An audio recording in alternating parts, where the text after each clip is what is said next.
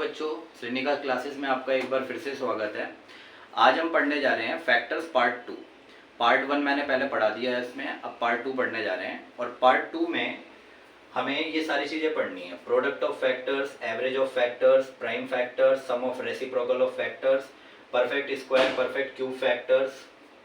और एक ये मैंने क्वेश्चन आपको लास्ट क्लास का रिविजन कराने के लिए दिया है कि इसमें हमें फैक्टर्स कैसे निकालने हैं।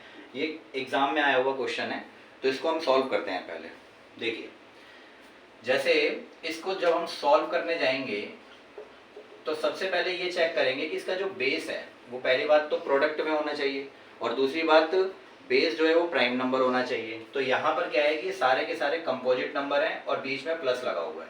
तो इसको सॉल्व करने का तरीका क्या है, आपको सबसे पहले इसमें से जो सबसे लीस्ट पावर है वो बाहर लेनी है। जैसे 4 की पावर 11 ये बाहर ले ली, अंदर क्या बचेगा, 4 की पावर 11 जब बाहर चला जाएगा तो अंदर 1 बचेगा। यहाँ पे 4 की पावर 1 प्लस 4 की पावर 2 प्लस 4 की पावर 3, 4 की पावर 11, ये हो जाएगा 1 प्लस 4 प्लस 16 प्लस 64। इन सबको ऐड कर देंगे आपस में, तो ये सॉल्व करके आएगा 85। 64 16 80 4 84 और 1 85, 85 आया।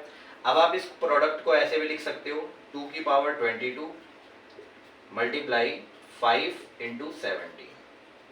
तो देखो अब ये सारा जो बेस है ना वो प्राइम बन गया। तो जब बेस प्राइम हो, मल्टीप्लाई लगा हो बीच में, तो पावर्स के साथ क्या करते हैं, एक एक बढ़ाकर मल्टीप्लाई करते हैं। तो 22 को हम लिखेंगे 23, 1 को लिखेंगे 2 और इस 1 को लिखेंगे 2। तो ये आपस में मल्टीप्लाई होकर के आ जाएगा 92। तो ये 92 आपका आंसर आ जाएगा। तो इस तरीके का पेपर में सवाल आ सकता है आपका, 92 इसका आंसर होगा। एक महीने के बाद आपको पता है कि आरआरबी एनटीपीसी का एग्जाम आने वाला है, सीएचएसएल का भी एग्जाम आने वाला है। तो ऐसे एग्जाम्स में इस तरीके के सवाल पूछे जा सकते हैं कि find how many factors of the given expression. तो आई होप आपको ये बात समझ में आ गई होगी अच्छे से। तो अब हम समझते हैं ये जो मैंने टॉपिक्स यहाँ पर लिखे हैं प्रोडक्ट ऑफ फैक्टर्स के बारे में। ठीक है, आप इस क्वेश्चन को एक बार पॉज करके दोबारा समझने की कोशिश करिए, आपको आ जाएगा समझ में क्वेश्चन, और इम्पोर्टेंट क्वेश्चन है। देखिए, ये जो लिखा है कि product of factors, product of factors का मतलब क्या होता है मतलब तो नाम से ही साफ हो रहा है आपका कि जो फैक्टर्स है वो आपके सामने जितने भी कोई भी नंबर है उस नंबर के जितने भी फैक्टर्स होंगे उनको आपस में मल्टीप्लाई कर दो, वही उसका प्रोडक्ट है। तो प्रोडक्ट ऑफ फैक्टर्स आपसे पूछा जाएगा। तो इसके लिए क्या करेंगे हम, हमारा वही काम होगा जो हम नंबर ऑफ फैक्टर्स निकालने में करते हैं पहले, लेकिन इसके लिए हमें एक रूल पढ़ना पड़ेगा। और वो रूल क्या होगा, प्रोडक्ट ऑफ फैक्टर्स का फॉर्मूला होगा, नंबर लिखना है आपको, जिस नंबर के फैक्टर्स का प्रोडक्ट पूछा जा रहा है वो नंबर लिखना है, और इसकी पावर लगानी है number of factors upon 2, number of factors upon 2, ये रूल है इसका। प्रोडक्ट ऑफ फैक्टर्स का मतलब होता है नंबर ऑफ फैक्टर्स की बाय 2, यानी किसी नंबर की पावर बनानी है ये। तो इसका मतलब आपको नंबर ऑफ फैक्टर्स निकालना आना चाहिए। तो मैं कोई एक एग्जांपल ले लेता हूं। एक एग्जांपल मैंने लिया, जैसे 576। तो 576 के जितने फैक्टर्स हैं उन सारे फैक्टर्स का प्रोडक्ट क्या निकलेगा। तो आपको पता है कि 576 को हम कैसे लिख सकते हैं, 24 इंटू 24, 24 को लिख सकते हैं 8 इंटू 3, 8 इंटू 3, 8 को लिख सकते हैं 2 की पावर 3 मल्टीप्लाई 3 की पावर 2, और ये भी लिख सकते हैं 2 की पावर 3। तो फाइनली इसको हम ऐसे लिख सकते हैं 2 की पावर 6, 3 की पावर 2। तो ये इसका मतलब भी आपका क्या हुआ, 576 हुआ। तो आप चाहे ऐसे लिखकर ब्रेक कर लो, चाहे इसको मेंटली ब्रेक कर लेना, ठीक है, दिमाग में भी ब्रेक किया जा सकता है। लेकिन मैं ये समझ के चल रहा हूँ कि मैं किसी बात को समझा रहा हूँ, तो मैं सारी चीज़ें यहाँ पर एक्सप्लेन करके लिख रहा हूँ, ठीक है। नहीं तो मैं भी कर सकता था, डायरेक्ट ये चीज़ लिख सकता था, फिर वो समझने में दिक्कत होती। तो सारा हमने एक्सप्लेन कर दिया। 24 मतलब 8 3 जा 8 3 जा, 8 को हम प्राइम में ब्रेक करेंगे तो 3 3 मिलेगा, 2 की पावर 6 और 3 की पावर 2, ठीक है। तो अब हम इसमें नंबर ऑफ फैक्टर्स निकालेंगे। सबसे पहले नंबर ऑफ फैक्टर्स कैसे निकलेगा, 6 में 1 जोड़ेंगे 7 और 2 में 1 जोड़ेंगे 3, 7 3 जा कितना हो गया 21। तो हमारे नंबर ऑफ फैक्टर्स आ गए 21, लेकिन हमें तो प्रोडक्ट ऑफ फैक्टर्स चाहिए। तो प्रोडक्ट ऑफ फैक्टर्स का मतलब क्या होगा कि नंबर, ये जो नंबर बोला जा रहा है ये किसके बारे में बोला जा रहा है, 576 के। तो 576 लिखोगे और इसकी होल पावर लगाओगे नंबर ऑफ फैक्टर्स बाय 2। तो नंबर ऑफ फैक्टर्स हमारे कितने हैं 21 और 21 बाय 2। अब देखो आंसर हमें ना ऐसी फॉर्म में नहीं मिलेगा, आंसर मिलेगा एक्सपोनेंशियल फॉर्म में। तो आपको 576 को ऐसे लिखना है 24 का स्क्वायर और होल पावर आ जाएगी 21 बाय 2।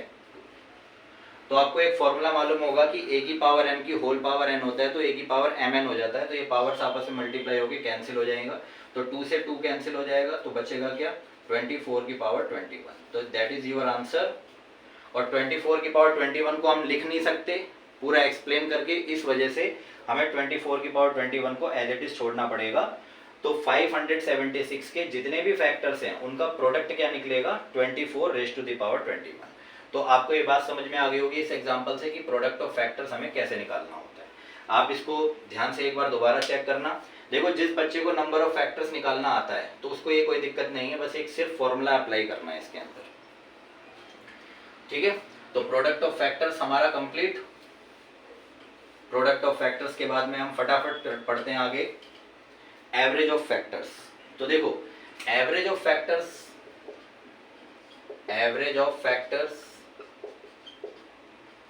इसका क्या मतलब है। एवरेज का मतलब क्या होता है, देखो एवरेज का मतलब होता है कि जितनी भी ऑब्जर्वेशंस हैं हमारे पास, उन ऑब्जर्वेशन, जैसे ऑब्जर्वेशन कुछ भी हो सकती है 3, 5, 8, 7, 11, 13, रैंडम कोई भी नंबर हो, उन सारे नंबर्स को आपस में ऐड करके जो रिजल्ट आता है उस रिजल्ट को नंबर ऑफ ऑब्जर्वेशन से डिवाइड करना ही हमारा क्या कहलाता है, एवरेज कहलाता है।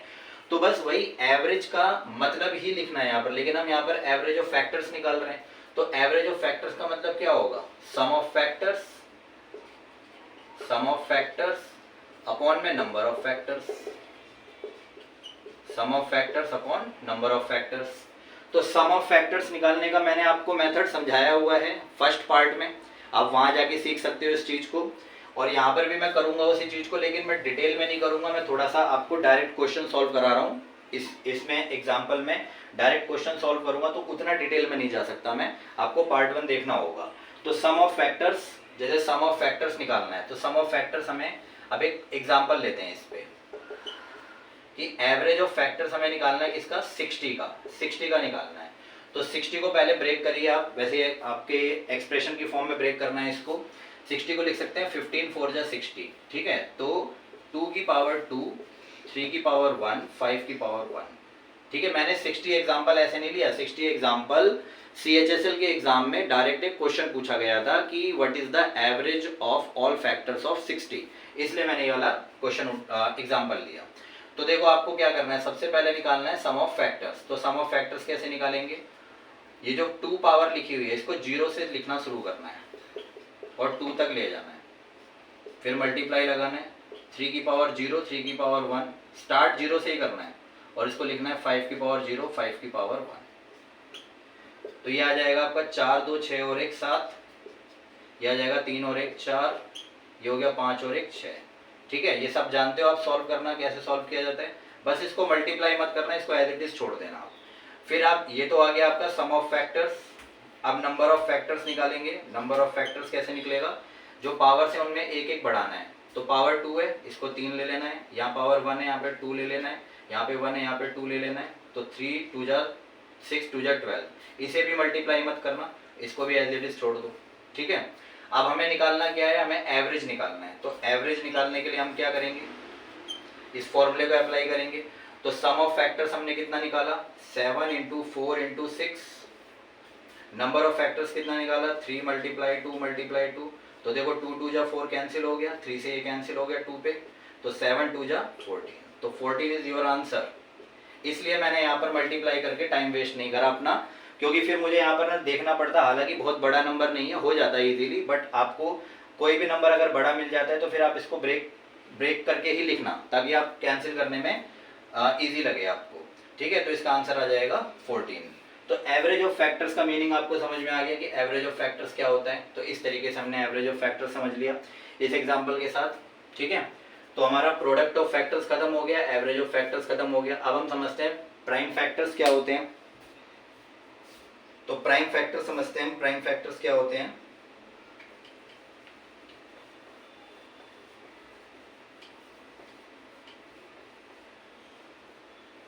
देखिए प्राइम फैक्टर्स हमारे देखिए जब भी कभी प्राइम फैक्टर्स निकालने होते हैं तो प्राइम फैक्टर्स में बेसिकली हमें क्या करना देखना होता है कि a की पावर b मल्टीप्लाई a की पावर मान लो x है मल्टीप्लाई b की पावर y मल्टीप्लाई c की पावर z, ये कोई एक्सप्रेशन है। और इस एक्सप्रेशन में ये बता दिया गया है कि जो a b c है ना, a b and c are prime numbers, भाई ये प्राइम नंबर्स ही होने चाहिए, कंपोजिट नंबर नहीं होना चाहिए। तो जब भी हम इस एक्सप्रेशन के प्राइम ऑफ फैक्टर्स निकालेंगे तो हमें करना क्या है, इनकी पावर्स में जो पावर्स है, हम जब नंबर ऑफ फैक्टर्स निकाल रहे थे तो एक बढ़ा रहे थे, यहाँ कुछ बढ़ाना नहीं है, यहाँ पर हमें सीधे फैक्टर्स जब निकालने हैं तो बस इनकी पावर्स को ही जोड़ देना है, इनकी पावर्स में हम ऐड कर देंगे और यही आपका आंसर आ जाएगा, इसी को कहेंगे नंबर ऑफ प्राइम फैक्टर्स। ठीक है, तो इस तरीके से बस इस चीज को लिखना है। तो अब बड़ा सिंपल एक एग्जांपल इस पर देख लेते हैं। जैसे मान लो 2 की पावर 222 मल्टीप्लाई 3 की पावर 333 मल्टीप्लाई 4 की पावर 444। अब इसे हमें सॉल्व करना है, इसे हमें प्राइम फैक्टर्स में बनाना है कि प्राइम फैक्टर्स क्या होंगे। तो बच्चे क्या करेंगे कि थोड़ा सा तेज होते हैं बच्चे, क्या होते हैं, बहुत तेज होते हैं, तो वो डायरेक्ट ना कुछ समझने से बेहतर ना वो रट्टा मारते हैं। तो जो बच्चा रट्टा मारने वाला है वो फंस सकता है इस सवाल में। वो देखेगा कि पावर्स में हमने सीधे जोड़ दिया इसको, है ना, रूल तो उसने ये रट लिया कि भाई पावर्स को ऐड कर देना है, लेकिन वो ये भूल जाएगा जल्दबाजी में कि यहाँ पर ये प्राइम तो दिख रहा है बट ये 4 प्राइम नहीं है। तो आपको स्पेशल अटेंशन इसी पे रखनी है कि ये जो 4 है ये आपका कंपोजिट नंबर है, तो यही आपको ध्यान देना है। और वो कैसे होगा, देखो आपको 222 तो लिखना है प्लस 333 लिखना है, और ये जो 4 है, अब आपको पता है कि 4 का मतलब है इसमें 2 शामिल है। अगर ये 2 का स्क्वायर लिखा जाएगा तब ये प्राइम बनेगा ना, और जब स्क्वायर लिखा जाएगा तो ये पावर मल्टीप्लाई हो जाएगी 2 से। तो ये 444 ना लेकर हमें इसका डबल 888 उठाना पड़ेगा। ठीक है, ये जरूरी नहीं हर बार डबल होगा, हो सकता है ट्रिपल भी हो जाए, हो सकता है 5 टाइम्स 6 टाइम्स कुछ भी हो जाए, लेकिन अभी आप फिलहाल इस क्वेश्चन में देखोगे तो स्क्वायर बन रहा है तो यहाँ डबल होगा। तो जब आप इसको आपस में ऐड करोगे तो 8 3 11 2 13 का 3 हासिल 1, तो हो जाएगा 11 और 13 14 का 4 1, तो ये आ जाएगा 1443। ठीक है, इन सब तीनों को आपस में ऐड करोगे तो आंसर क्या बन जाएगा आपका 1443। तो इसके जो प्राइम फैक्टर्स आएंगे 1443 आ जाएगा। ठीक है, 8 3 11 2 13 का 3 1 9 9 3 12 14 का 4 1 9 9 3 12 2 14, तो 1443 इसका आंसर आ जाएगा। तो आपको बस ध्यान देना है कि जो हमने यहाँ पर 4 पर ध्यान दिया वो ये था कि ये 4 एक कंपोजिट नंबर था, इसलिए हमें इसकी पावर को डायरेक्ट नहीं जोड़ना। ठीक है, अगर हमें इसके कंपोजिट नंबर में सारे के सारे हमारे प्राइम नंबर होते तो सारे प्राइम नंबर्स में हम डायरेक्ट जोड़ देते, कोई प्रॉब्लम ही नहीं आती। तो इस तरीके से हमें प्राइम फैक्टर्स निकालने हैं। तो ये प्राइम फैक्टर हम एक्सपोनेंशियल फॉर्म में भी निकाल सकते हैं, और हमें कोई नंबर भी ऐसे दे सकता है कि जैसे 360 के प्राइम फैक्टर्स बताओ, तो 360 में आपके प्राइम फैक्टर्स का मतलब पहले उसको ब्रेक करो इस फॉर्म में, और इस फॉर्म में ब्रेक करने के बाद जो उसकी पावर बनेंगी उनकी पावर्स को जोड़ दो, इस तरीके से होगा। ठीक है, तो ये प्राइम फैक्टर्स भी आपको सिंपल सा काम था, ये भी सॉल्व हो गया। ठीक है, तो यहां से अब हम सीखने जा रहे हैं कि रेसिप्रोकल फैक्टर्स का सम कैसे निकाला जाता है। तो देखिए रेसिप्रोकल फैक्टर्स को आप ऐसे समझिए, रेसिप्रोकल फैक्टर्स का सम ऑफ रेसिप्रोकल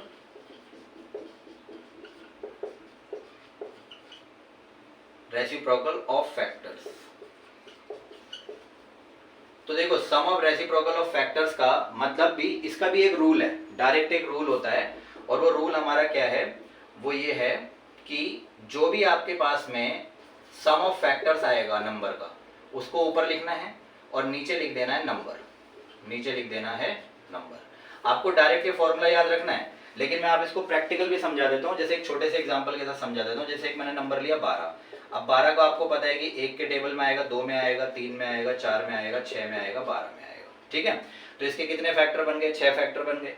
आपको क्या करना है, इनके रेसिप्रोकल का सम निकालना है। तो देखो रेसिप्रोकल का मतलब होता है कोई भी फ्रैक्शन a बाई बी की फॉर्म में है तो उसे b बाई ए कर दो, न्यूमरेटर डिनोमिनेटर बना दो, डिनोमिनेटर को न्यूमरेटर बना दो, तो वो बन जाएगा आपका रेसिप्रोकल। ठीक है, तो 1 का रेसिप्रोकल क्या हो गया, 1 बाय 1 ही रहना है। ये 2 का रेसिप्रोकल क्या हो गया, 1 बाय 2, 3 का रेसिप्रोकल 1/3, 1/4, 1/6, 1/12, यही तो हुआ। अब देखो डिनोमिनेटर का एलसीएम लोगे तो एलसीएम कितना आ जाएगा, 12 आ जाएगा। 1 से इसको डिवाइड करोगे यहाँ 12 आएगा, यहाँ पर क्या आ जाएगा, 6 आ जाएगा, यहाँ 4 आ जाएगा, यहाँ पे 3 आ जाएगा, यहाँ पे 2 आ जाएगा, यहाँ 1 आ जाएगा। तो आपने क्या देखा यहाँ पर, आपने ये देखा कि जो 12, 6, 4, 3, 2, 1 है, ये तो इन सारे फैक्टर्स का सम ही तो है भाई। 12, 6, 4, 3, 2, 1 इन सारे फैक्टर्स का सम लिखा हुआ है। तो मैंने क्या लिखा, सम ऑफ फैक्टर्स, ठीक है। और नीचे क्या आ गया, 12 आ गया। 12 क्या था, नंबर, तो ये नंबर आ गया। तो इसी से फॉर्मूला जनरेट हो गया, सम ऑफ फैक्टर्स अपॉन नंबर। जब भी आपको रेसिप्रोकल ऑफ फैक्टर्स निकालना है तो आप सिंपल क्या करोगे, सारे नंबर्स का सम निकालोगे, सारे फैक्टर्स का सम निकालोगे और नीचे नंबर लिख दोगे और कैलकुलेट हो जाएगा, ठीक है। तो इसका जो आंसर आएगा वो आप आंसर 12, 6, 18, 4, 22, 22, 3, 25, 2, 27 और 1, 28, 28/12, ठीक है। तो 12, 6, 18, 18, 4, 22, 22, 3, 25, 25 और 2, 27 और 1, 28/12। इसको हम काटेंगे तो 7/3 आ जाएगा। इसका सम क्या आ जाएगा, 7/3, और डेसिमल में लिख देंगे इसको 2 पॉइंट समथिंग कुछ आएगा, ठीक है। मतलब रेसिप्रोकल का सम आ जाएगा ये 7/3। तो अब आप इसको इस मेथड से ना करके आप सीधे सीधे सम ऑफ फैक्टर्स निकालिए ना, क्योंकि आपको 12 थोड़ी ना बोलेगा वो क्वेश्चन में, ठीक है। आपको 12 थोड़ी बोलेगा, बोला कोई नंबर आपसे बड़ा नंबर बोलेगा, तो बड़ा नंबर आप कोई भी ले सकते हो, वो आपकी चॉइस है। बड़ा नंबर तो आप कोई भी ले सकते हो, ठीक है। हालांकि बहुत बड़ा नंबर नहीं देता है, आप इसकी टेंशन ना लेना, क्योंकि ये ना लंबा हो जाएगा फिर क्वेश्चन, अगर ज्यादा बड़ा नंबर उसने दे दिया तो। सम ऑफ फैक्टर में छोटा ही नंबर देगा, तो मैं छोटे नंबर के साथ कोई एग्जांपल ले लेता हूँ। जैसे मैं ले लेता हूँ 120, ठीक है, 120 ले लेता हूँ। तो 120 को हम लिख सकते हैं 15 8 जा 120, तो 15 8 जा यानी कि 2 की पावर 3, 3 की पावर 1, 5 की पावर 1, ऐसे हम ब्रेक कर सकते हैं, ठीक है। तो अब सम ऑफ फैक्टर्स कैसे निकालेंगे भाई, सम ऑफ फैक्टर निकालेंगे 0, 1, 2 और 3, ये हो जाएगा। यहाँ पर क्या होगा, 3 की पावर 0, 3 की पावर 1, ये हो जाएगा 5 की पावर 0, 5 की पावर 1। तो ये क्या बनेगा, 8 और 4 12, 12 और 2 14 और 1 15, ये 15 आ गया। मल्टीप्लाई 3 और 1 4, 5 और 1 6, तो इसको मल्टीप्लाई करके कितना आएगा, 15 चौक 60, छिक्के 360, तो 360, ठीक है।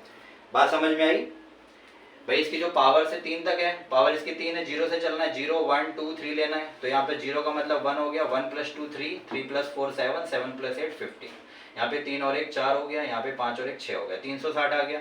अब 360 आपके पास क्या आ गया, सम ऑफ फैक्टर्स आ गया। तो सम ऑफ फैक्टर्स अपॉन में नंबर, नंबर खुद अपना क्या है 120 है, ठीक है, नंबर क्या है 120। तो यहाँ से हम रेसिप्रोकल का सम निकालेंगे, तो सम ऑफ फैक्टर्स कितना निकला 360, और नीचे नंबर क्या आ गया 120। तो 120 से इसको काटोगे कितना आ जाएगा 3। तो बस मैंने तो देखो ये रैंडम क्वेश्चन लिया, 120 रैंडम लिया मैंने, एक एग्जाम के लिए बहुत अच्छा सवाल तैयार हो गया कि 120 के जितने भी फैक्टर्स हैं उनके रेसिप्रोकल फैक्टर्स का सम क्या होगा, तो उसका आंसर आ जाएगा 3। उसका आंसर क्या निकल जाएगा, 3 निकल जाएगा उसका आंसर। तो इसी तरीके का सवाल एग्जामिनर आपको देगा, क्योंकि देखो यहाँ पे काम करना पड़ेगा ना थोड़ा सा, ठीक। और आप ऐसे ओरली बता भी नहीं सकते, जैसे हमने 12 के बता दिए थे तो 120 के नहीं बता सकते हम इस तरीके से। तो ये हो गया सम ऑफ रेसिप्रोकल ऑफ फैक्टर्स। तो sum of reciprocal of factors का भी हमने फॉर्मूला समझ लिया। अब हम समझते हैं परफेक्ट स्क्वायर या परफेक्ट क्यूब क्या होता है, ठीक है। परफेक्ट स्क्वायर या परफेक्ट क्यूब फैक्टर्स कैसे निकाले जाते हैं। तो perfect square perfect cube factor निकालने के लिए बहुत ज़्यादा दिमाग लगाने की जरूरत नहीं है। जैसे परफेक्ट स्क्वायर निकालना है, परफेक्ट क्यूब निकालना है, तो जो भी आपको एक्सप्रेशन दे रखा होगा, जैसे देखो मैं ना एक आया हुआ एग्जाम में आया हुआ एक क्वेश्चन ही लिख देता हूँ यहाँ पर, इससे आपको समझ में आ जाएगी बात। लास्ट वाले पार्ट को देखते हैं हम, उसके क्वेश्चन से बात समझ में आ जाएगी। क्वेश्चन ये कि नंबर है एक 2 की पावर 9 मल्टीप्लाई 3 की पावर 3, 3 की पावर 7, 3 की पावर 7, फिर मल्टीप्लाई 5 की पावर 4, 7 की पावर 3। अब पूछा जा रहा है कि इस एक्सप्रेशन में बताइए कि कितने हमारे फैक्टर्स ऐसे हैं जो कंप्लीट स्क्वायर हैं। तो how many perfect square factors, perfect square factors, ठीक है। और अगर आप ध्यान से स्क्वायर के बारे में समझ जाओगे तो आपको क्यूब वाले में भी कुछ ध्यान ज्यादा समझने की जरूरत नहीं है। तो ये हमें निकालना है। अब इसके ऑप्शंस भी हैं, ऑप्शंस हैं 120, 130, 125, 135। ठीक है, ये ऑप्शंस हैं 120, 130, 125, 135। देखो करना क्या है अपने को, बेसिकली जो भी आपको परफेक्ट स्क्वायर नंबर मिलेगा ना, उसमें आपको देखो इसको एन ऐसे लिखना है। परफेक्ट स्क्वायर का मतलब क्या हुआ, जैसे 3, जैसे मैं बोलूँ 9 एक परफेक्ट स्क्वायर है, 16 एक परफेक्ट स्क्वायर है, 25 एक परफेक्ट स्क्वायर है, 216 एक परफेक्ट स्क्वायर नहीं है। परफेक्ट स्क्वायर का मतलब है कि जो नंबर हम ले रहे हैं उसको उसी नंबर से मल्टीप्लाई करके जो रिजल्टेंट है ना वो आना चाहिए। जैसे मैं 64 की बात करूं, 64 का मतलब 8 8 जा 64, 36 की बात करूं 6 6 जा 36, यानी कि हमारी पावर क्या बननी चाहिए, 2 बननी चाहिए। तो पावर 2 बनेगी तो परफेक्ट स्क्वायर आएगा। आपको क्या करना है, इसकी पावर को ना 2 से डिवाइड करना है और रिमाइंडर से लेना देना कुछ नहीं है, इंटीजर वैल्यू लेनी है। जैसे 9 में 2 की पावर से कितने बन सकते हैं, 4, 2 4 जा 8। रिमाइंडर नहीं लेना आपको, आपको इस 9 को 2 से डिवाइड करना है। 2 से डिवाइड करो 9 को, कितना आ जाएगा, 4 आ जाएगा। 2 से इसको डिवाइड करो तो 3 आ जाएगा। 2 से इसे डिवाइड करोगे 2 आ जाएगा। 2 से इसको डिवाइड करोगे 1 आ जाएगा। ठीक है, अब इनकी पावर्स में एज इट इज, जैसे हम नंबर ऑफ फैक्टर्स निकालने में पावर्स में एक बढ़ा के मल्टीप्लाई करते थे, बस वही काम करना है। यहाँ पर क्या करोगे, ये 4 लिखा है इसे 5 लिखोगे, ये 3 लिखा है इसे 4, इसे 3 और इसे 2। तो ये हो गया 5 4 जा 20, 23 जा 60, 62 जा 120। तो 120 आपका आंसर आ जाएगा। तो 120 आपका आंसर आ जाएगा। तो आप बात समझे क्या करना है, आपको कोई एक्सप्रेशन दे रखा होगा, आपको उसकी पावर को 2 से डिवाइड करना है और इंटीजर वैल्यू लेनी है। इंटीजर वैल्यू लेने के बाद में उन पावर्स में एक एक बढ़ा के मल्टीप्लाई कर देना है। इससे आपको नंबर ऑफ परफेक्ट स्क्वायर मिल जाएंगे, फैक्टर्स। परफेक्ट स्क्वायर फैक्टर्स समझ में आ गया आप लोगों को? ठीक है, तो परफेक्ट स्क्वायर अगर आपको समझ में आ गया तो मैं इसी तरीके से एक सवाल आपको परफेक्ट क्यूब का बता देता हूँ कि परफेक्ट क्यूब पर कैसा क्वेश्चन आया हुआ है। परफेक्ट क्यूब पर कैसे बनकर आया है क्वेश्चन, तो परफेक्ट क्यूब पर ऐसे आया था कि n इज इक्वल टू 9 की पावर 9 है, तो how many perfect cube factors. ठीक है, ये क्वेश्चन था। अब इसमें क्या करना है, देखो इसके भी ऑप्शन ले लेते हैं, 6 7 8 9, ये इसके ऑप्शन है। तो देखो इसका जब सॉल्यूशन देखोगे तो सॉल्यूशन में देखो n लिखोगे आप। सबसे पहले तो आप समझो 9 एक प्राइम नंबर नहीं है, इसे प्राइम नंबर बनाना पड़ेगा। तो प्राइम नंबर कैसे बनाओगे, 3 का स्क्वायर लिखोगे और यहाँ पावर 9 आएगी, तो ये आ जाएगा 3 की पावर 18। अब ये 3 की पावर 18 बना, तो 3 की पावर 18 में आप मुझे बताइए कि परफेक्ट क्यूब कैसे निकालोगे। अब स्क्वायर था 2 से डिवाइड कर रहे थे, क्यूब में 3 से डिवाइड करो, 3 की पावर क्या हो जाएगी 6, तो 6 आ गया। इसके बाद क्या करोगे, पावर में 1 बढ़ा दो, तो पावर 6 है तो 6 + 1 यानी आ जाएगा 7। तो यहाँ पर कितने परफेक्ट क्यूब फैक्टर्स आएंगे, 7। तो इसका आंसर आ जाएगा ऑप्शन नंबर बी। ठीक है, तो इस तरीके से आप परफेक्ट क्यूब फैक्टर्स निकाल सकते हो, परफेक्ट स्क्वायर फैक्टर निकाल सकते हो। और अगर मैं इन दोनों के कॉम्बिनेशन को मिला दूं तो आप ऐसे फैक्टर्स भी निकाल सकते हो जो परफेक्ट स्क्वायर भी हो, परफेक्ट क्यूब भी हो। ऐसे भी फैक्टर निकाल सकते हैं जो परफेक्ट स्क्वायर हो, परफेक्ट क्यूब हो, जिसको हम क्या लिखेंगे, 6 की पावर n में ब्रेक करेंगे उसको। 6 की पावर n यानी कि जो 6 के मल्टीपल में चलते रहेंगे, जो इंटीजर वैल्यू, वही हमारे क्या होंगे, perfect square as well as perfect cube. तो हो सकता है कि कल को आपसे पूछ लेता है इसी एक्सप्रेशन में कि बताइए ऐसे कितने इसके फैक्टर्स हैं जो परफेक्ट स्क्वायर भी हैं as well as perfect cube भी हैं। तो आपको क्या करना पड़ता है, ये जो 18 है, 18 को आपको 6 से डिवाइड करना होता है। तो 6 से डिवाइड करते तो कितना आता, 3, और 3 में 1 जोड़ देते 4, तो आंसर आ जाता 4। अगर इसी में परफेक्ट स्क्वायर निकालना होता तो 2 से डिवाइड करते कितना आता 9, 9 में 1 जोड़ते 10, 10 आंसर आ जाएगा। तो आपको जो भी एक्सप्रेशन दे रखा हो पहले उसको ब्रेक करो स्क्वायर में, और फिर उसके बाद जो भी पावर आएगी उसमें एक ऐड कर दो। तो इस तरीके से आपका ये टॉपिक भी ये वाला टाइप भी खत्म हो गया, परफेक्ट स्क्वायर और परफेक्ट क्यूब कैसे निकालते हैं। तो इससे पहले भी मैंने आपको 6 क्वेश्चंस करवाए थे। यहाँ पर मैंने 1 2 3 4 5 और 6 बातें मैंने यहाँ पर भी आपको समझा दी।